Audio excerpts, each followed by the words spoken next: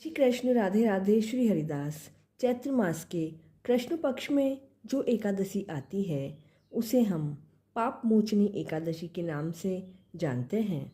जैसा कि हमें नाम से ही पता चल रहा है कि यह एकादशी मनुष्य के सभी पाप ताप आदि हर लेगी, इसीलिए इस एकादशी का नाम पाप मोचनी एकादशी है। अर्जुन बोला, हे मधुसूदन, मैं जैसे जैसे एकादशियों के व्रत की कथाएं सुन रहा हूँ, वैसे ही अन्य एकादशियों के व्रतों की कथाएं सुनने की मेरी जिज्ञासा बढ़ती ही जा रही है। हे श्री कृष्ण, अब कृपा कर आप चैत्र मास के कृष्ण पक्ष की एकादशी के बारे में बताएं। इस एकादशी का क्या नाम है? इसमें कौन से देवता की पूजा की जाती है?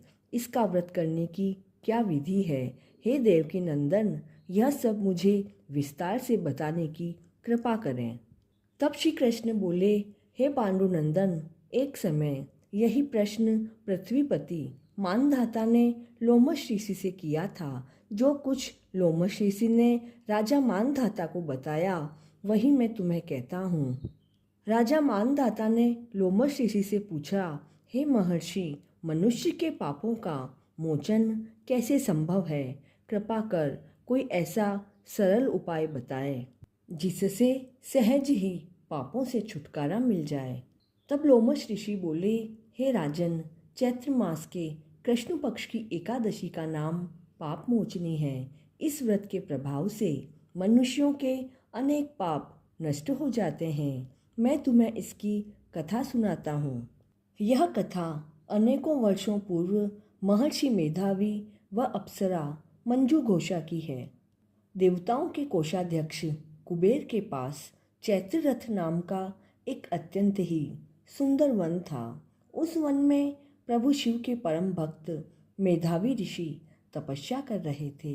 अनेक अप्सराओं ने उनकी तपस्या भंग करने की कोशिश की, किंतु वह निष्फल रही। इसलिए मंजू घोषा नाम की एक अप्सरा ने ऋषि की तपस्या भंग करने का निश्चय किया। मेधावी मुनि के आश्रम से कुछ दूरी पर वह मधुर वीणा बजाने लगी और गीत का गायन करने लगी। मेधावी मुनि घूमते हुए उसकी ओर गए और उसे इस तरह से गाते हुए देखकर वे मोहित हो गए और उसके साथ रमण करने लगे। इस कारण से वे भगवान शिव की भक्ति करना भूल गए। उनको रमण करते हुए बहुत समय व्यतीत हो गया। एक दिन अप्सरा मंजू घोषा देवलोक वापस जाने लगी। जाते समय उसने ऋषि से कहा, हे ब्राह्मण, अब आप मुझे वापस देवलोक जाने की अनुमति दें। तब मेधावी मुनि कहते हैं, हे देवी, जब तक सुबह की शाम ना हो जाए तब तक तुम यहीं रुको। तो मंजू घोषा कहने लगी, हे मुनि श्रेष्ठ, अब तक ना जाने कितनी संध्याएं चली गई, कृपा करके बीते हुए समय का ध्यान करें। तब मंजू घोषा की बात सुनकर मेधावी ऋषि ने बीते हुए समय की गणना की। तब उन्हें ज्ञात हुआ कि उन्हें इस अप्सरा के साथ 57 वर्ष बीत गए। मंजू घोषा को अपनी तपस्या को भंग करने वाली जानकर मेधावी ऋषि उस पर अत्यंत क्रोधित हुए। उन्होंने उसे अप्सरा को श्राप देते हुए कहा कि पापिनी, तुमने मेरी कठिन तपस्या को भंग किया है। मैं तुम्हें श्राप देता हूँ कि तुम पिशाच योनि में जाओगी। अब यह सुनकर मंजू घोषा डर गई और विनीत भाव से बोली, हे मुनिवर, मैंने आपके साथ अनेकों वर्ष बिताए, मुझ पर कृपा करें। तब मेधावी मुनि बोले कि क्या करूं, तुमने मेरी बहुत बड़ी तपस्या भंग की है। चैत्र माह के कृष्ण पक्ष में आने वाली एकादशी, उसका नाम पाप मोचिनी है। वह सभी पापों को नष्ट करने वाली है। हे सुंदरी, इस एकादशी का व्रत करने पर तुम्हें पिशाच योनि से मुक्ति मिल जाएगी। ऐसा कहकर मेधावी मुनि अपने पिता च्यवन मुनि के आश्रम में चले गए। मेधावी ऋषि को देखकर उनके पिता ने पूछा, हे पुत्र, यह क्या अनर्थ कर दिया? तुमने अपने पुण्य कर्मों का नाश कर दिया। तब मेधावी मुनि बोले, पिताजी, मैंने पाप किया है।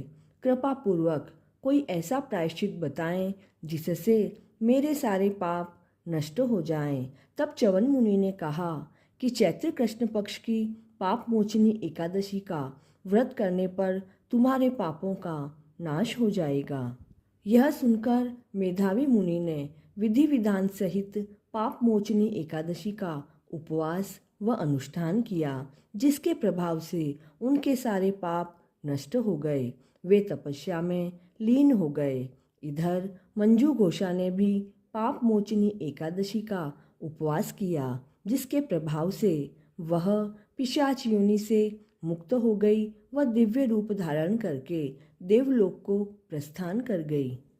आगे लोमश ऋषि कहते हैं, हे राजन, इस पाप मोचनी एकादशी के प्रभाव से सब पाप नष्ट हो जाते हैं। इस एकादशी की कथा के श्रवण पठन से 1000 गोदान करने का फल मिलता है। इस व्रत को करने से ब्रह्म हत्या करने वाले, स्वर्ण चुराने वाले, मद्यपान करने वाले, अगम्यागमन करने वाले आदि पाप नष्ट हो जाते हैं और अंत में स्वर्गलोक की प्राप्ति होती है। अब देखिए, इस कथा से स्पष्ट है कि देहजन्य आकर्षण अधिक समय तक नहीं रहता है।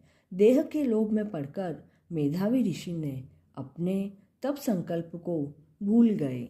इस घोर अपराध माना जाता है, किंतु भगवान विष्णु की पाप मोचनी शक्ति इस घोर अपराध के पाप से भी सहज ही मुक्ति दिलाने में सक्षम है।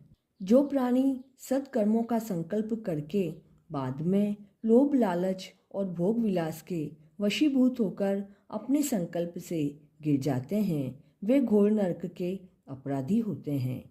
किंतु पाप मोचनी सभी पापों से मुक्त करके प्राणी को स्वर्ग का अधिकारी बना देती है। एकादशी के दिन ओम नमो भगवते वासुदेवाय मंत्र का जाप करके अपनी एकादशी को सफल बनाएं।